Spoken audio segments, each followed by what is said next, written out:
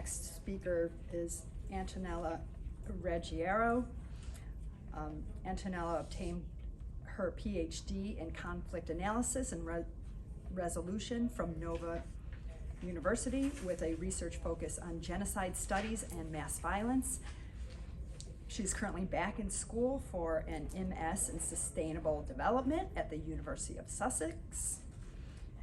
Dr. Regueiro is the director of the Social Impact Lab and also an associate professor at Lynn University. All right, speaking of Venezuela, so I'm here to talk to you about Venezuela sort of as a case study, right?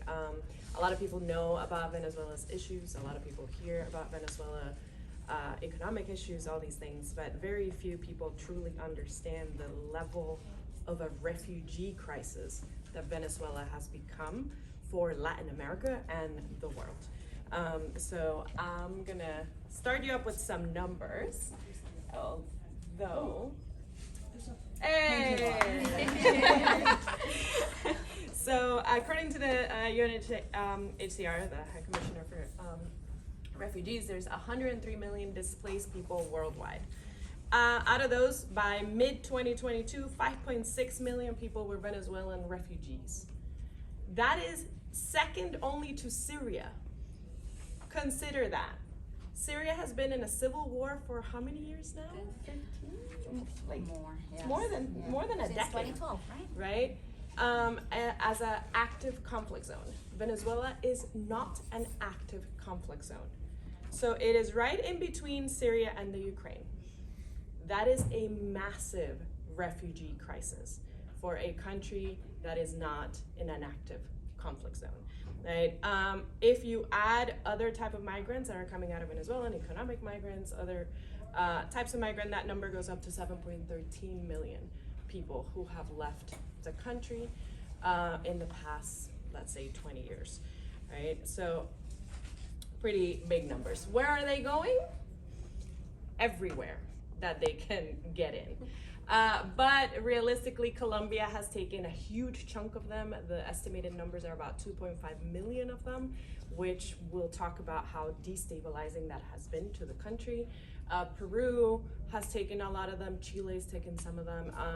Brazil has taken some of them. The US, the top one with the little blue people, that is the United States growth of Venezuelan migrants into the country. So as you can see, by 2021, there were over 500,000 of them that were coming in, right? And you can see here, of course, the hotspots, right? Spain, because we have a lot of Spanish background, right? A lot of us can trace our background to grandparents or great-grandparents that came from Spain, so we go over there to try to get our citizenship in Spain, right? I can tell you that I have family everywhere. My family is in Guatemala, in Chile, in Colombia, in Australia, in Spain, here. Everywhere that could take us, we went, right? So it is definitely one of the things that catches my attention the most about this issue is how many there are of us and where we went, right? So definitely an issue that is a worldwide issue, right? Why are we leaving? That is really the important question. Right? Why are Venezuelans leaving their country? It is a variety of issues put together. We don't have time for the full context, so I sort of summarized a few of them, right? In terms of financial collapse, Venezuela's inflation hit over 1,000,000% in 2018. 1,000,000%. You literally need like suitcases of money to buy basic stuff, right? So it really destabilized the economy. The minimum wage is $28. A basket of like essential goods for the month is over $300. So the disparity is insane. People can't access the food that they need, which means they depend a lot on social programs that the government gives out. They give out, whether it's food, whatever it is, they actually depend a lot on those programs because they cannot buy them, right? And 3/4 of the people live on less than $1.90 a day, $1.90 a day, right? That is a pretty significant amount of people living at the poverty line or below. right? Insecurity. There's paramilitary groups that exist without impunity in Venezuela. Unfortunately, we see this particularly in the areas of mining. So if you're looking at the coal mine areas down in the state of Bolívar, you're gonna see a lot of these areas are being taken over by these paramilitary groups because they can take advantage of the situation. So the people who live in those areas are very much insecure. Corruption. Transparency International scores Venezuela as 177 out of 180. Not very good score. And the total score is 14 out of 100. If you know the Transparency International score, the closer to 0, the worse the score, right? So 14, not a very good score, right? And I thought this was a very telling quote. It is difficult to draw the line between public institutions and criminal activity in the country, right? Venezuela is referenced in many cases as a narco state, right? Because there is a huge issue of drugs and government relation to those drugs, right? Narco states are known and have existed in Latin America, unfortunately, for a long time. So Venezuela is one of the latest sort of iterations of this, right? Quality of life, again, millions are unable to get access to healthcare, proper nutrition, access to clean water. Recently on the news, Venezuela, the main water lines that feed the capital of Caracas broke down, and the capital of the country was without water for over 24 hours. 70% of the capital was without water, right? So massive issues in terms of infrastructure, massive issues in sort of corruption and insecurity, and of course the issue of political repression.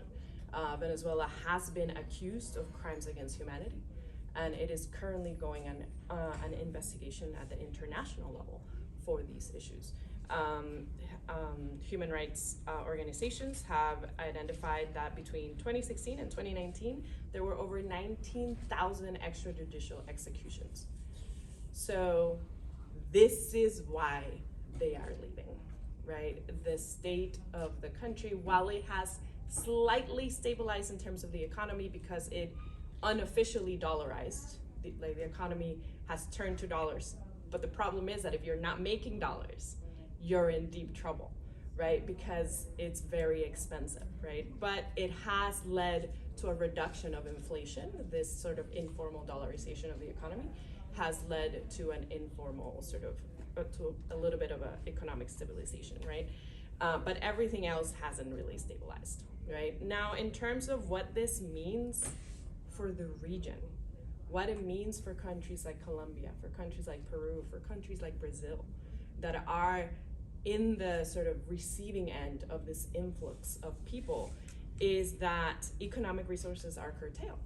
All of a sudden, Colombia now has 2.5 million more people to feed, 2.5 million more people to give healthcare to get water to give all these things to. So for the country, it's a very expensive endeavor. And unfortunately, a lot of the countries that are taking in refugees don't have that capacity to balance. So you see these countries actually destabilize as well.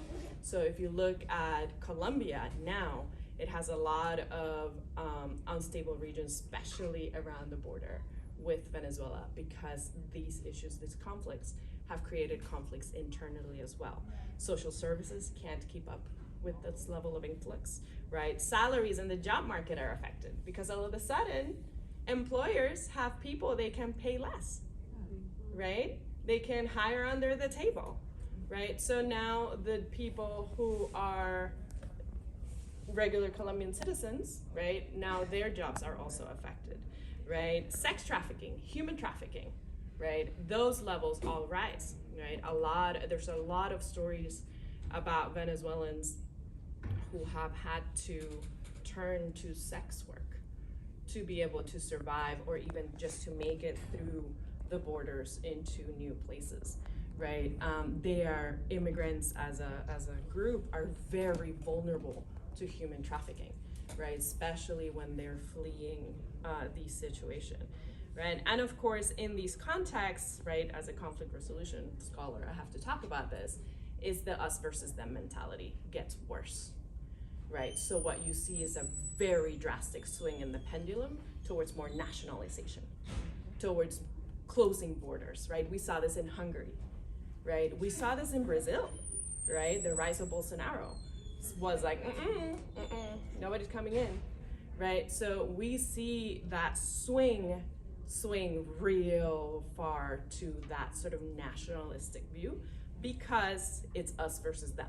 It's the resources for us or the resources for them, right? So it becomes a very us versus them mentality, and unfortunately, the refugees are the ones who pay, right, at the end of the day, right? And of course, all of this can affect the political environment of these host countries, right? Elections swing, right? Like Lauren was saying, there is a political ramification for these situations, right? At the international level, it's been really interesting to see the international world deal with Venezuela. They don't really know what to do with it. They recently there was an international conference in solidarity with Venezuelan refugees and migrants and their host countries and communities, literally like 2 weeks ago. Not a single Venezuelan diplomat was invited. So the international community is talking about doing something for Venezuelan refugees, but not taking into consideration that if we don't bring in the host country to the conversation, there's little that can be done to assuage the situation, right? Because the refugees are going to keep coming when the situation on the ground is not really being dealt with, right? But they did pledge $855 million in pledges to governments who are receiving Venezuelan refugees to aid with issues like humanitarian and development projects, right? From those 855 million, 171 were from the US, right? So the US pledged $171 million to do this. So the international community is looking at it. It's just the way that they're dealing with it doesn't seem to be holistic. Of course, there's many barriers to that, including the government of Venezuela. But it's a very interesting thing as somebody from the diaspora to see sort of develop, right? Overall, Venezuela is really one of the worst refugee crises in history, especially Latin American history. Again, they're not an active conflict zone, so we should not see these numbers that we're seeing, right? Millions of Venezuelans around the world are looking for asylum, right? And fortunately, Venezuela in Latin America was known to take everybody in. Venezuela was the host country to the rest of Latin America when Latin America, anything happened. So as a sort of reciprocative, is that a word? Yes. Reciprocal sort of relationship, right? They are now taking them in, right? So we see that they are indeed opening their doors. But unfortunately, until Venezuela stabilizes politically, economically, and all of the other issues, this crisis will be something that continues. And the US will continue to see an influx of Venezuelan migrants, basically all over the world too. Thank you.